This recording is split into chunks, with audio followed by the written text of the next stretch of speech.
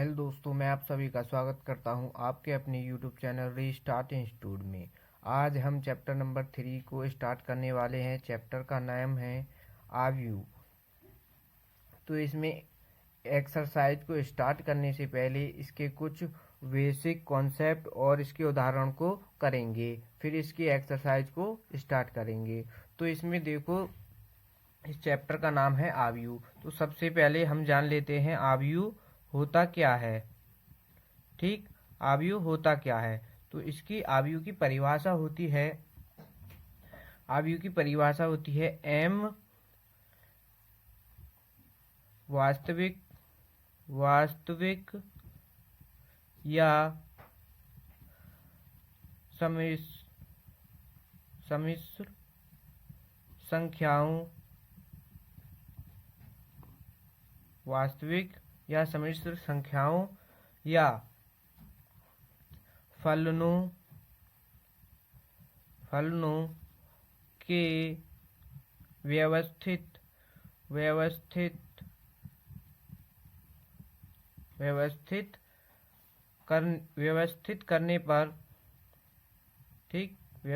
करने पर आयताकार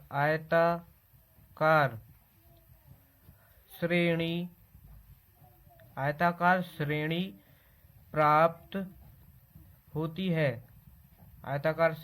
प्राप्त होती है। उसे हम क्या कहते हैं? आव्यू कहते हैं। उसे आव्यू कहते हैं।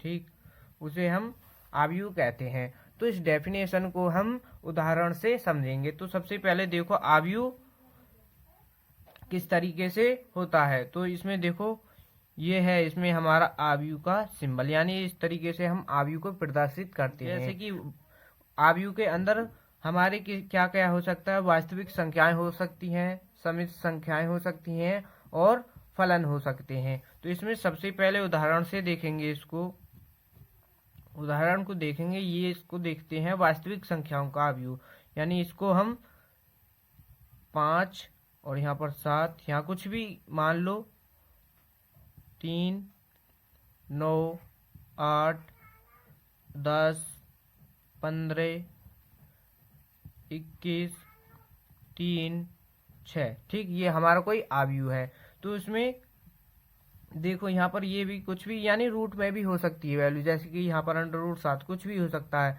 तो ये जो आव्यू है, ये हमारा वास्तविक संख्याओं का आव्यू है। और अब इससे आगे है सम्मिश्र संख्या, यानी सम्मिश्र संख्या वह संख्या होती है जिसमें i होता है।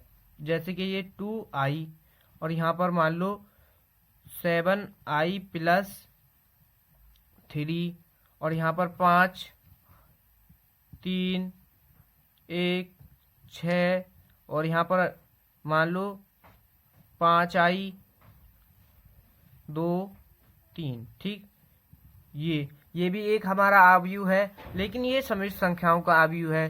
तो आव्यू के अंदर हमारे वास्तविक संख्याएं हो सकती हैं, सम्मिश्र संख्याएं हो सकती हैं और फलन। तो इसमें अब देखते हैं, इसको a मान लेना, ये a उदाहरण, और इसको b, और यहाँ पर देखो c, यानी c, और वो इसको अब के देखते हैं फलनों का आव्यू, यानी फलन में कुछ भी आ सकता है, x², sin, cos, tan, कुछ भी।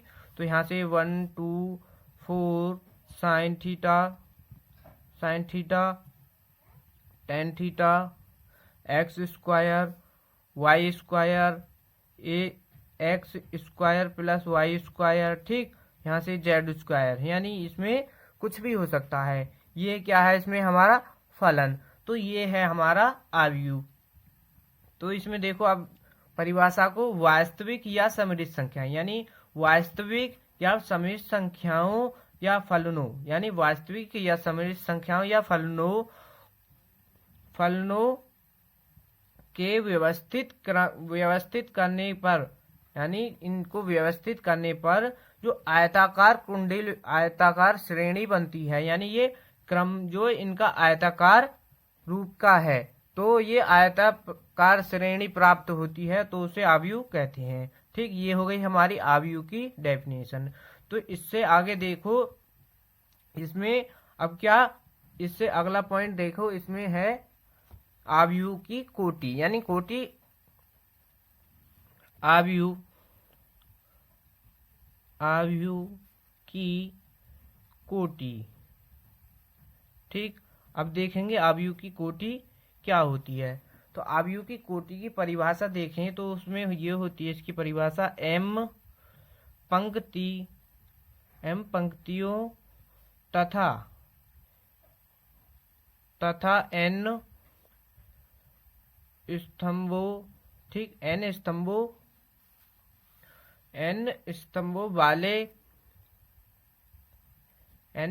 वाले किसी आव्यूह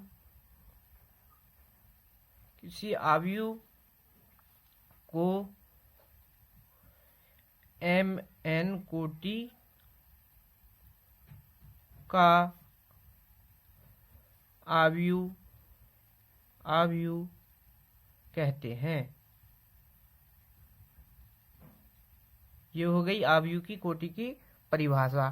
तो हम इसको उदाहरण से समझेंगे। तो इसमें देखो, अभी उदाहरण लिए थे हमने,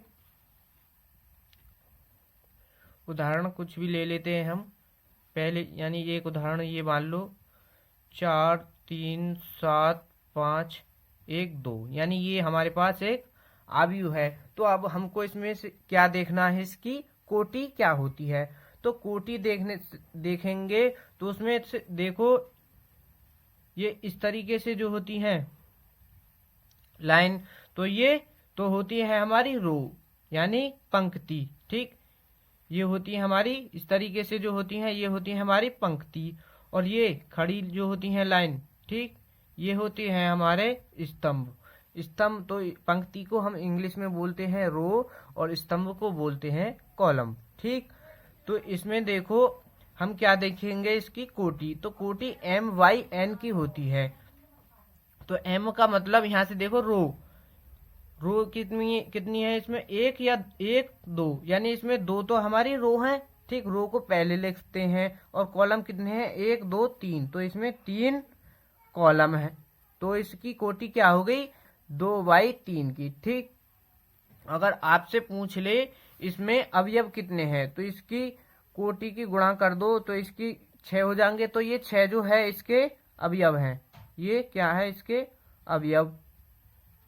ठीक, अवयव, अब ये जो हैं ये सभी ये इसके आव्यूह के अवयव हैं, और कोटि इसकी कितनी आ गई, 2/3 की। तो इसमें एक और ले लो उदाहरण, जैसे उदाहरण मान लो कुछ भी 1 3 5, इस तरीके से भी उदाहरण हो सकता है। तो इसमें देखो ये इस तरीके से होती है हमारी रो। तो इसमें रो कितनी है हमारी, 1 2 3, तो इसकी रो तो हो गई इसमें 3, और कॉलम कितना है, यानी 1 है, इस तरीके से 1 है, तो इसमें कॉलम हो जाएगा हमारा 1। तो ये कोटि आ गई हमारी 3/1 की। ठीक, अगर आपसे पूछ ले इसमें अवयव कितने हैं, तो इसमें भी यानी इसकी गुणा करेंगे 3 में 1 में, 3 की 1 में, तो ये इसके अवयव कितने आ जाएंगे, 3, ये इसके अवयव होंगे। ठीक, अब इससे आगे चलते हैं, पंक्ति और स्तंभ। ठीक, पंक्ति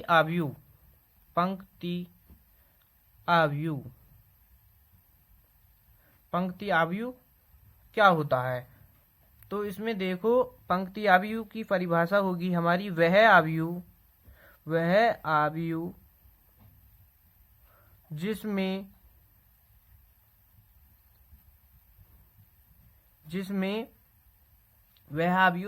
पंक्तियों की संख्या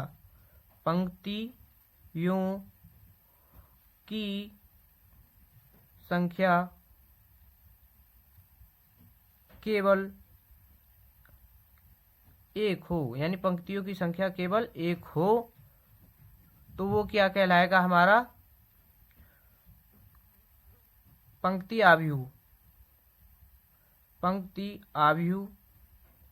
आव्यूह कहलाता है। ये परिभाषा आपको पेपर में पूछी नहीं जाएंगी, ये केवल आपको समझाने के लिए है। तो इसमें उदाहरण देखें, पंक्ति आव्यूह क्या होता है। पंक्ति आव्यूह होता है, पंक्ति का मतलब रो। तो इसमें उदाहरण देखो, कोई उदाहरण ले लेते हैं। यानी यहाँ पर 1 √5 और यहाँ पर 7। यानी ये क्या है, इसमें हमारी देखो ये है हमारी 1, यानी इसमें क्या है, पंक्ति की संख्या 1 है और कॉलम की संख्या कितनी है, इसमें 2, 3। ठीक, पंक्ति की संख्या इसमें है 1 और कॉलम की संख्या 3। यानी हमको कॉलम से कुछ लेना देना नहीं है, कॉलम कितने भी हो, लेकिन पंक्तियों की संख्या 1 होनी चाहिए। तो इसमें देखो रो, इसमें पंक्ति कितनी है, 1, तो इसकी कोटि होगी 1/3 की। इसकी कोटि क्या हो जाएगी, 1/3 की। ऐसे ही स्तंभ आव्यूह पूछ ले आपसे, स्तंभ आव्यूह क्या होता है। स्तंभ आव्यूह तो उसमें देखो वह आव्यूह जिसमें पंक्ति नहीं, अब स्तंभ है तो इसमें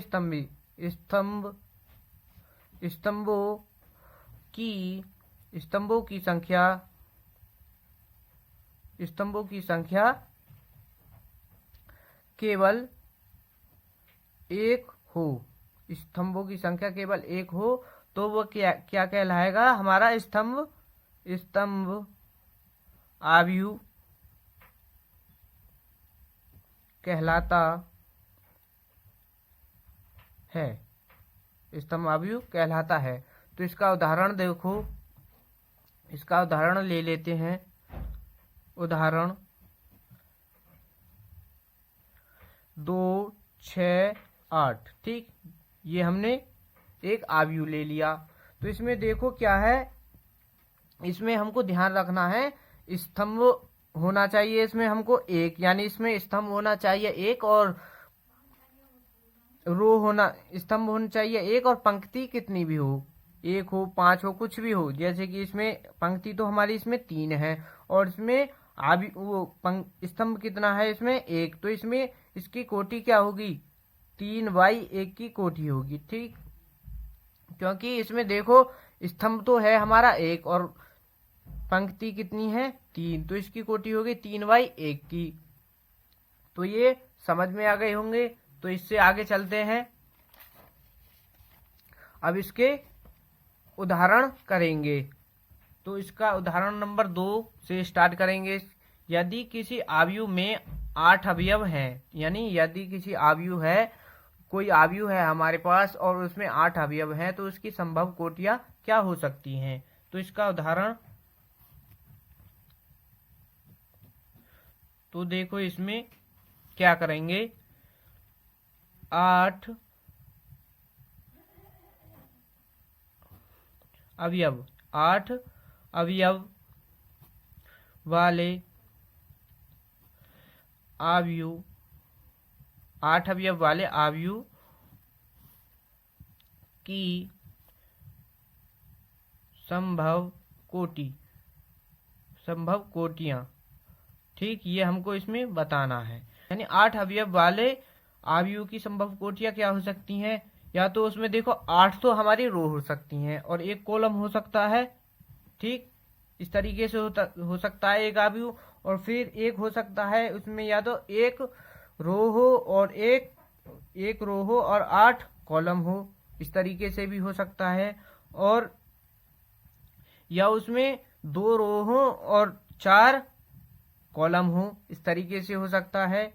या फिर 4 उसमें रो हो और 2 कॉलम हो, इस तरीके से हो सकता है।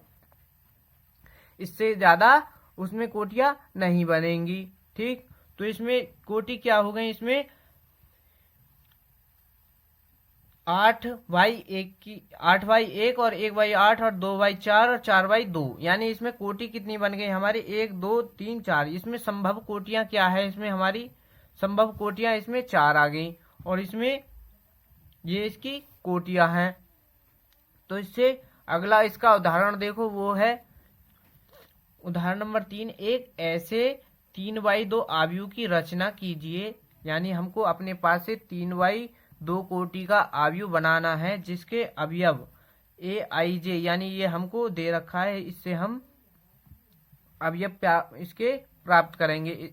इसमें कहा है ए आई जे बराबर 1/2 मॉड आई माइनस 3j द्वारा प्रदत्त है, यानी इसके द्वारा हमको अवयव ज्ञात करने हैं। तो हमको क्या करना है, सबसे पहले देखना है 3/2 कोटि का अवयव कैसा होता है। ठीक, 3/2 कोटि का अवयव, तो उसमें देखो 3 तो हमारी क्या होंगी, रो होंगी। तो इसमें A11 A21 A31 और A12 A22 A32। ठीक, ये है हमारा 3/2 कोटि का अवयव। तो यहाँ पर इसकी कोटि लिख दो 3/2। ठीक, अब इसमें देखो A11 यानी इसमें कोटि कितनी, इसमें रो कितनी है हमारी 3 और कॉलम कितने हैं इसमें 2। ठीक, यही तो हो गया हमारा 3/2 कोटि का अवयव। अब क्या करना है, हमको इनकी सबकी वैल्यू निकालनी है, A11 A12 A21 A22 A31 A32। ठीक, इनकी वैल्यू निकालनी है, किसके द्वारा निकालेंगे, इसके द्वारा। तो इसको लिख लेते हैं ए आई जे बराबर 1/2 मॉड आई माइनस 3j मॉड। ठीक, तो इसमें क्या करना है, ए आई जे जो है इसका मतलब अगर यहाँ से हम A11 की वैल्यू निकालें तो इसमें आई जे का मतलब इसमें आई की वैल्यू हमको यहाँ पर 1 रखनी है और जे की वैल्यू 1। ठीक, जे की भी वैल्यू 1। तो यहाँ से देखो A11 की वैल्यू रखें तो ये ए आई जे हो जाएगा, ए आई जे का यानी आई की जगह पर 1 रखेंगे, जे की जगह पर भी 1।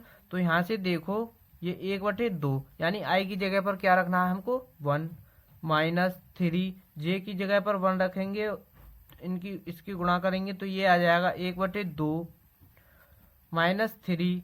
ठीक, ये आ जाएगा और इससे आगे 1/2 और ये मोड के अंदर है तो माइनस यानी माइनस करेंगे तो 2 और मोड से बाहर निकालेंगे यानी तो ये आएगा इधर 2, तो इधर आ जाएगा हमारा 1, यानी A11 की वैल्यू आ गई हमारी 1। तो अब क्या करना है, A12 की वैल्यू निकालेंगे, A12 की वैल्यू, और इसमें ही यानी अब क्या करना है, आई की वैल्यू तो हमको 1 रखनी है लेकिन जे की वैल्यू 2 रखेंगे। तो यहाँ से देखो 1/2 मॉड यानी आई की वैल्यू तो 1 रख दी और जे की वैल्यू यानी 3 गुणा जे है तो जे की वैल्यू 2 रखेंगे। इससे आगे करो तो ये हो जाएगा इधर 1/2 और इसको 3 दूनी 6 और इसमें से माइनस करेंगे तो ये आएगा माइनस का 5। तो इसको मोड से बाहर निकालेंगे तो ये आ जाएगा 5/2 यानी 5/2 वैल्यू आ गई हमारी A12 की। अब क्या करना है, अब A21 की निकालनी है, यहाँ से A21 की वैल्यू निकालेंगे और उसमें रखेंगे। तो अब क्या करना होगा, आई की जगह पर तो हमको 2 रखना होगा और जे की जगह पर 1। तो 1/2 आई की जगह पर रखना है हमको 2 और जे की जगह पर रखना है हमको 1। ठीक, ये रख दिया। तो इससे आगे देखो 1/2 और ये हो जाएगा 3, इसकी गुणा कर देंगे 1 में तो ये हो जाएगा 3 और ये 2, तो माइनस करेंगे तो माइनस का 1 आ जाएगा मोड के अंदर और मोड से बाहर निकालेंगे तो ये प्लस का 1/2 हो जाएगा, यानी ये आ गई A21 की वैल्यू। अब A22 की वैल्यू निकालें तो देखो A22 की वैल्यू यानी आई की जगह पर भी हमको 2 रखना है और जे की जगह पर भी 2 रखना है। तो इधर 1/2 2 यानी आई की जगह पर तो हमने रख दिया 2 और ये 3 गुणा जे की जगह पर भी 2 रख दिया। तो इससे आगे ये आ जाएगा 1/2 और इसकी गुणा कर देंगे तो ये हो जाएगा 6 - 2 6 - 2, तो इसको माइनस करेंगे तो ये हो जाएगा माइनस का 2 माइनस का 4 और इससे आगे मोड से बाहर निकालेंगे तो ये आ जाएगा 4/2, तो 2 से इसको काट देंगे तो इधर आ जाएगा 2। ये 2 वैल्यू आ गई हमारी A22 की। अब क्या करना है हमको A31 की वैल्यू निकालनी है, A31 की। तो अब क्या करना है, आई की जगह पर तो हमको क्या रखना है 3 और जे की जगह पर रखना है 1। ठीक, तो यहाँ से देखो 3 रख दिया हमने आई की जगह पर, और ये इधर 3 1 यानी जे की जगह पर 1 रख दिया। तो यहाँ से इसको 3 में से 3 माइनस करेंगे तो ये हो जाएगा 0। तो इसका टोटली A31 की वैल्यू आ जाएगी हमारी 0। अब क्या करना है, A32 की वैल्यू निकालनी है। तो यहाँ से देखो यानी आई की जगह पर तो रखनी है हमको 3 और जे की जगह पर रखना है 2। तो 3 माइनस 3 गुणा 2 ये, तो यहाँ से देखो इसकी गुणा कर देंगे, ये 6 हो जाएगा, और इधर 3, तो इसको 1/2 माइनस करेंगे तो इधर का क्या आ जाएगा, माइनस का 3 मोड के अंदर, तो मोड से बाहर निकालेंगे तो ये इधर आ जाएगा प्लस का 3/2। ये वैल्यू आ गई हमारी A32 की। अब इन सभी मानों को कहाँ पर रखेंगे, जो हमारा 3/2 कोटि का आव्यूह है जिसकी हमको रचना करनी है। तो इसमें देखो यहाँ पर रख दें, तो A11 की वैल्यू आ गई, इसमें A11 की वैल्यू आ गई 1, और A12 की वैल्यू आ गई 5/2, ठीक। और A21 की वैल्यू आई है हमारी 1/2, और A22 की वैल्यू आ गई हमारी इसमें यहाँ पर 2, और A31 की वैल्यू आ गई 0, और A32 की आ गई 3/2। यानी अब ये हमारा क्या होगा, इसका आंसर। और ये इसी आव्यूह की हमको रचना करनी थी। तो इसके अगले उदाहरण पर चलते हैं। उदाहरण नंबर 4 को करेंगे। यदि ये एक आव्यूह है, यदि ये आव्यूह ये बराबर हैं, यानी ये दोनों आव्यूह बराबर हैं, तो ए बी सी और एक्स वाई जेड के मान ज्ञात कीजिए। तो इसमें देखो इसके मान कैसे ज्ञात करनी है, तो इनको हमको क्या करना है, इनकी हमको तुलना करनी है। तुलना करने के बाद इनके मान निकालने हैं। तो x + 3 और z + 4, 2 - 7 माइनस का 6, a - 1 b - 3, और ये इधर माइनस का 21 और 0, ठीक। अब ये है हमारा बराबर में, यानी ये बराबर है इसके 0 माइनस का 6, 2b + 4, और ये 6 माइनस का 3 और माइनस का 21, 3y माइनस का 2, 2c + 2 और 0। यानी हमको इस आव्यूह की इस आव्यूह से तुलना करनी है। यानी इन दोनों आव्यूह की आपस में तुलना करेंगे, और तुलना करने के बाद x y z इनके सभी के मान याद करने हैं। तो लिखेंगे, इसको हम a के बराबर मान लेते हैं आव्यूह को, और इसको b के बराबर। तो यहाँ से देखो लिखेंगे आव्यूह a व b, आव्यूह a व b की तुलना करने पर यानी इन दोनों आव्यूह की हम तुलना कर देंगे। तो यहाँ से देखो x + 3 की तुलना करें किसमें, इस आव्यूह से। तो यहाँ पर देखो इसकी जगह पर क्या आ रहा है हमारा 0, तो ये बराबर है एक दूसरे के, तो यानी x + 3 बराबर 0 आ जाएगा। इसको हम समीकरण नंबर 1 मान लेंगे। ऐसे ही z + 4 और इसकी तुलना करें b से, तो यहाँ पर ये 6 के बराबर आ रहा है, तो यहाँ पर 6 हो जाएगा, और इसको मान लेंगे हम समीकरण नंबर 2। और इसको 2y - 7 बराबर, ये किसके बराबर आ रहा है, इसमें इसके 3y - 2 के बराबर आ रहा है, और इसको समीकरण नंबर 3 मान लेंगे। और हमको x y z और a b c की वैल्यू निकालनी है। तो इसमें देखो अब इसकी भी तुलना होगी, इसकी भी तुलना होगी, इसकी भी होगी। अब किसकी करना है, a - 1 की तुलना करेंगे। तो यहाँ से देखो हम a - 1 की तुलना करें तो वो आ जाएगा हमारा a - 1 बराबर आ जाएगा -3, और इसको हम मान लेंगे समीकरण नंबर 4 के, समीकरण नंबर 4 मान लेंगे।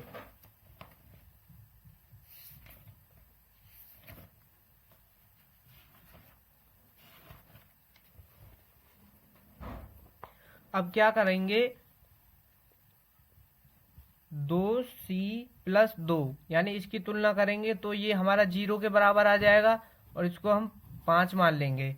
तो इससे आगे अब बचा है हमारा 2b प्लस 4, ठीक, ये बचा और इसकी तुलना हो जाएगी हमारी b माइनस 3 से, तो इसको समीकरण नंबर 6 मान लेंगे। ठीक, अब क्या करना है, अब इनको सॉल्व करना है और एक्स वाई जेड के मान ज्ञात करने हैं। तो सभी से पहले करेंगे हम समीकरण नंबर 1 को, तो यहाँ से पर लिखना समीकरण नंबर 1 से, फर्स्ट से। तो यहाँ से देखो समीकरण फर्स्ट है हमारी x प्लस 3, यही है, और बराबर 0 ये है। तो यहाँ से x का मान निकालें तो वो आ जाएगा माइनस का 3 आ जाएगा। ठीक, अब क्या करना है, x का मान आ गया और समीकरण नंबर 2 को सॉल्व करो। अब समीकरण नंबर 2 से, यानी जिस समीकरण को सॉल्व करो उसको लिख देना। तो समीकरण 2 है हमारी z प्लस 4, ये है, और बराबर में है 6, और यहाँ से z की वैल्यू निकालें तो 6, ये 4 प्लस का है, इधर आ जाएगा तो ये माइनस का 4 हो जाएगा।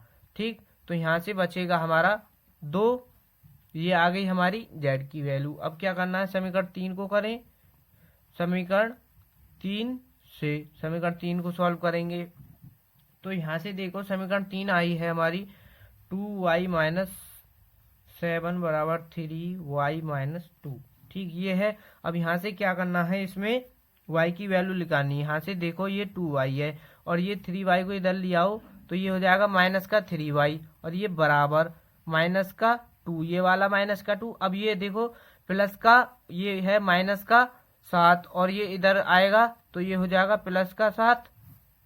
और यहाँ से देखो ये इसको माइनस करें तो यहाँ से बचेगा केवल हमारा माइनस का y, और इधर ये बचेगा यहाँ से प्लस का। तो यहाँ से y की वैल्यू जो आएगी वो आएगी हमारी माइनस का 5 आ जाएगी। ठीक, अब यहाँ से देखो समीकरण नंबर 4 को सॉल्व करें, समीकरण नंबर 4 से। तो देखो समीकरण 4 है हमारी a माइनस 1 बराबर क्या है, माइनस का 3, यही है। और यहाँ से a की वैल्यू निकालें तो ये आ जाएगी ये माइनस का 3। अब ये माइनस का 1 है, इधर आएगा तो ये प्लस का 1 हो जाएगा। तो यहाँ से a की वैल्यू आ जाएगी हमारी माइनस का 2। अब समीकरण 5 को सॉल्व करो, समीकरण 5 से। ठीक, जैसे जैसे हम बता रहे हैं ऐसे ही आपको करना है स्टेप बाय स्टेप। तो 2c बराबर 0 है। ठीक, और यहाँ से c की वैल्यू निकालें 2c, तो ये बराबर 0 है, पीछे को लाओगे तो ये प्लस का है तो यहाँ पर हो जाएगा माइनस का 2। अब यहाँ से देखो c बराबर माइनस का 2/2। ठीक, यहाँ से क्या आ जाएगा, c की वैल्यू आ जाएगी हमारी, c की वैल्यू आ जाएगी माइनस का 1। ठीक, c की वैल्यू आ गई हमारी माइनस का 1। अब देखो x y z की भी वैल्यू मिल गई हमको और a c की भी मिल गई। अब किसकी वैल्यू रह गई है, b की। तो समीकरण नंबर 6 से b की वैल्यू निकालेंगे। तो समीकरण नंबर 6 को सॉल्व करो, समीकरण नंबर 6 से। तो वो है 2b प्लस 4 बराबर v माइनस 3, यही है। तो यहाँ से देखो 2b, अब क्या करना है, ये b है यहाँ पर, इसके पास b के पास 2b के पास लाएंगे तो ये इधर हो जाएगा माइनस का बराबर, ये माइनस का 3। अब ये प्लस का 4 है और इसके यानी इसके पीछे जाएगा तो ये प्लस का है तो माइनस का 4 हो जाएगा। ठीक, माइनस का 4 हो जाएगा और यहाँ से माइनस करें तो यहाँ पर बचेगा b बराबर, अब ये यहाँ पर कितना है, माइनस का 7 है। तो यहाँ से देखो ये आ गया हमारा माइनस का 7। तो हमको क्या करना है, अब ये a की भी वैल्यू आ गई, b की भी आ गई, c की भी आ गई। इन सभी मानों को क्या किस तरीके से एक साथ लिख देते हैं। तो यहाँ से देखो x बराबर आया है हमारा, x बराबर आ गया माइनस का 3 और y बराबर आ गया हमारा माइनस का 5 और z बराबर आया है 2। ठीक, अब a की वैल्यू आई है हमारी माइनस का 2 और b की वैल्यू आई है, b की वैल्यू देखें तो b की वैल्यू आ गई हमारी माइनस का 7 और c की वैल्यू आ गई हमारी माइनस का 1। और यही हमारा इस क्वेश्चन का आंसर है।